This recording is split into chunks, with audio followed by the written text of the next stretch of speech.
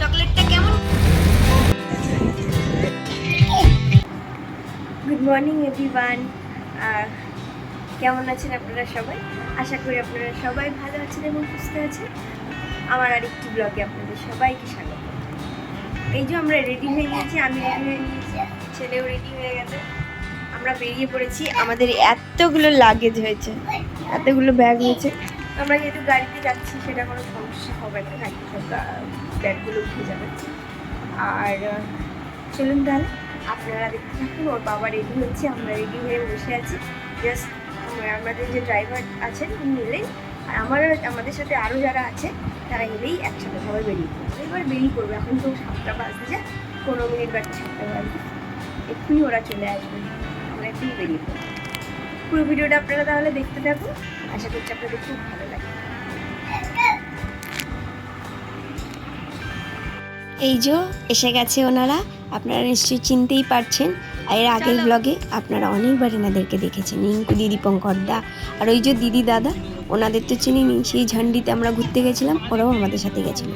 আর আমার বোনকে তো আপনারা চেনেনি, সেজু কাকার মেয়ে হয় আমার, আর ওর হাজব্যান্ড আর ওর ছেলে। তো এই আমরা 4টে ফ্যামিলি মিলে যাচ্ছিলাম আমরা আমাদের গাড়িতে, আর ওরা রিঙ্কু দিদিদের গাড়িতে করে যাচ্ছিলো।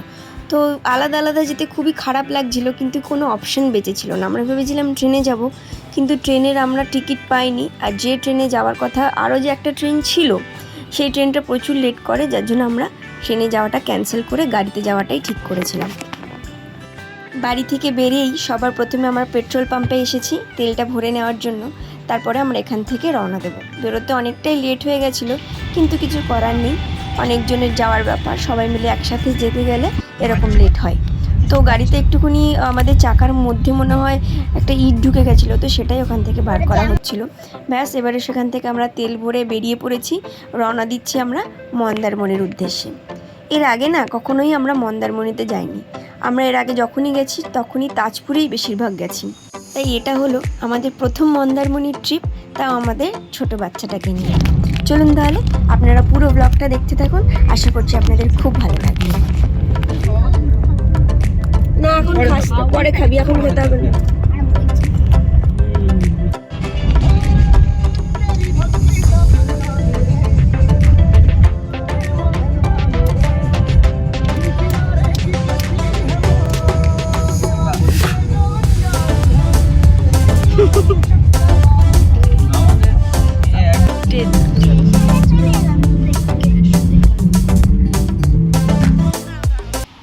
যেহেতু আমরা সকালে বেরিয়েছি আর বাড়ি থেকে তো সেরকম কিছু ব্রেকফাস্ট করে আসতে পারিনি, কেউই আসতে পারিনি, তো আমরা একটা রেস্টুরেন্টে দাঁড়িয়েছি, তাও কোলাঘাটে। আমরা এখানে একটাই হল্ট দিয়েছিলাম, তো সেখান থেকে আমরা কিছু খাবার খেয়ে নেবো।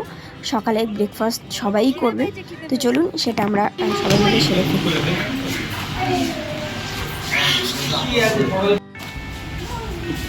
এখানে আমরা অর্ডার করেছিলাম লুচি, আলুর তরকারি না, এরা দিয়েছিল ঘুগনি। আর আমার হাজবেন্ড আর সৌমিত্র, মানে আমার বোনের বর, আর আরেকটা দাদা, তারা আলুর পরোটা নিয়েছিল। তো 3 প্লেট আলুর পরোটা, আর বাদ বাকি সবাই লুচি, পুরি সবজি নেওয়া হয়েছিল। আর বাচ্চাদের জন্য নেওয়া হয়েছিল একটা করে ডিম সিদ্ধ। চলুন ঝটপট খাবারটা খেয়ে নিই, তারপর আবার এখান থেকে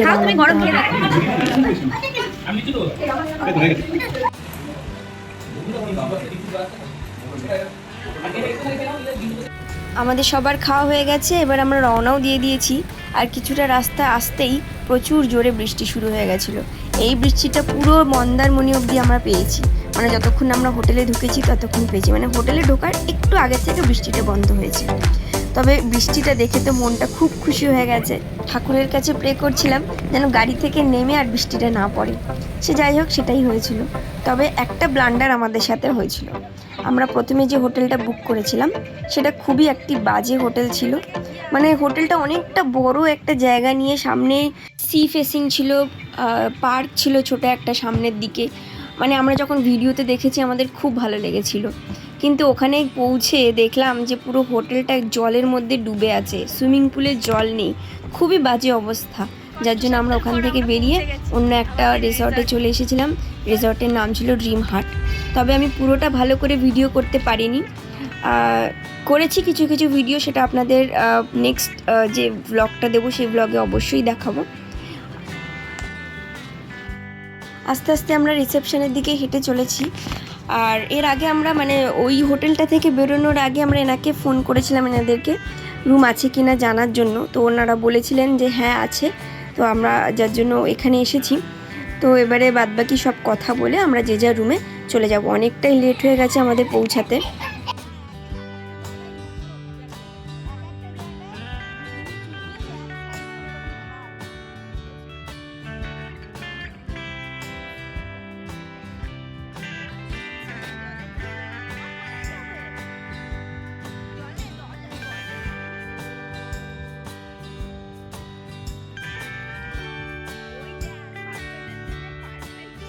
আর এই রিসর্টটা দেখে আমাদের খুবই ভালো লেগেছিল। সামনেই ছিল সুইমিং পুল, তার উপরে ছিল সমুদ্র, পুরো সি ফেসিং একটা রিসর্ট ছিল। আমাদের এত ভালো লেগেছিল এখানে গিয়ে। আর ভালো লাগার আরও কারণ ছিল কি আগেরটা দেখে পুরো মনটা খারাপ হয়ে গেছিলো। সে যাই হোক, আমরা রিসেপশনে কিছুক্ষণ বসলাম, যা ফর্মালিটিস ছিল সেগুলো সব ছেলেরা পূরণ করছিল, আর এদিকে আমরা সবাই বসেছিলাম। এবারে আমাদের যে রুমটা সেটা দেখাতে নিয়ে যাচ্ছে। যেহেতু রুমটা ক্লিন ছিল না, যার জন্য আমি ভালো করে ভিডিও করতে পারিনি, আর পরেও যে ভিডিওটা করব সেটারও সুযোগ সেরকম পাইনি। তবে খুব সুন্দর একটা জায়গার মধ্যে আমাদের কটেজ রুম দেওয়া হয়েছিল।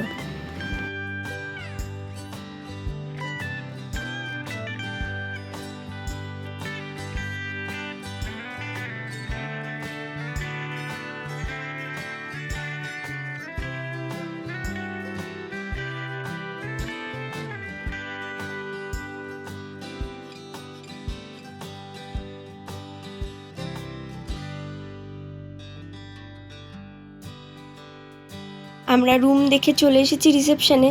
আর এখানে দাঁড়িয়ে দাঁড়িয়ে আমার ছেলের মনে হয় পটি পেয়ে গেছিলো, যার জন্য ওখানে দাঁড়িয়ে দাঁড়িয়ে পটি করছিল। যদিও ডাইপার পরা ছিল, সেটাতে কোনো সমস্যা নেই। যাই হোক, অনেকটাই বেলা হয়ে গেছে, যেহেতু সকালের পটিটা ক্লিয়ার হয়নি, যার জন্য ও এই টাইমে আবার পটি করছিল। তো আমরা এখানে বসে ওরা সব ফর্মালিটিস করে নেওয়ার পরে আমরা যে যার রুমে চলে গিয়েছিলাম। আর আমার ছেলে বারবার জিজ্ঞাসা করছিল আমরা জলে কখন যাব। আর ওখানে যাওয়া থেকেই শুরু করেছে জলে যাব, কিছুতেই ঘরে থাকতে চাইছে না। যাই হোক, আমরা রুমে ঢুকে যাওয়ার পরে বাচ্চাগুলোর জন্য একটু ডালিয়া বানিয়ে নিচ্ছিলাম। আমি যে কুকারটা নিয়ে গেছিলাম, ইলেকট্রিক কুকার, সেটাতেই।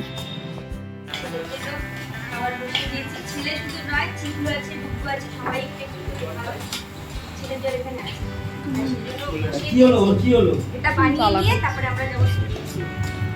এটা বানিয়ে নিয়ে তারপরে আচ্ছা ওই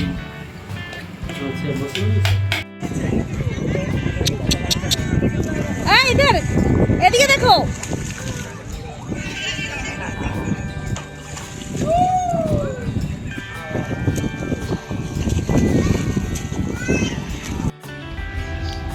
এই সেই বানানো আমার চকলেট, কোন ছেলে খাচ্ছে। পাপা, চকলেটটা কেমন খেতে?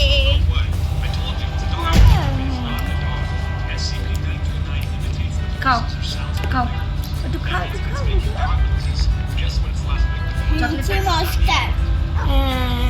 বাবা চকলেট খাচ্ছে, ভেরি গুড বয়।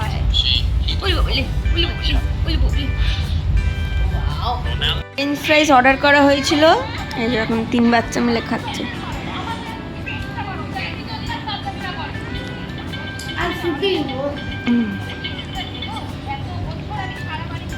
পাপা, ডাইনোসর কেমন করে সাউন্ড করে?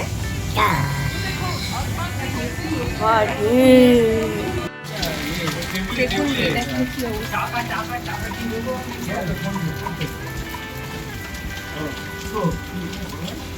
আমার ছেলেটাও রেডি হয়ে আছে, ভাবছি যে মা হয়তো পার্কে নিয়ে যাবে। মা রেডি হয়েছে, কে আর ঘরে রাখাই যাচ্ছে না, এবার খালি দেখাচ্ছে বাইরে বাইরে বাইরে।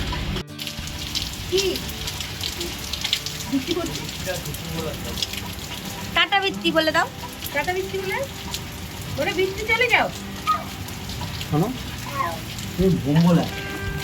ছেলেটাও রেডি হয়ে আছে, ও বাইরে যাবে বলে বারবার জেদ করছে, কিন্তু কিছু করার নেই, বৃষ্টি হচ্ছে। দেখুন কি পরিমাণে চলুন ভিডিওটা তাহলে এখানেই শেষ করছি। আবার আপনাদের সাথে দেখা হচ্ছে পরবর্তী একটি ব্লগে। আপনারা সবাই ভালো থাকবেন এবং সুস্থ থাকবেন। ভিডিওটি ভালো লেগে থাকলে অবশ্যই একটি লাইক করে দেবেন।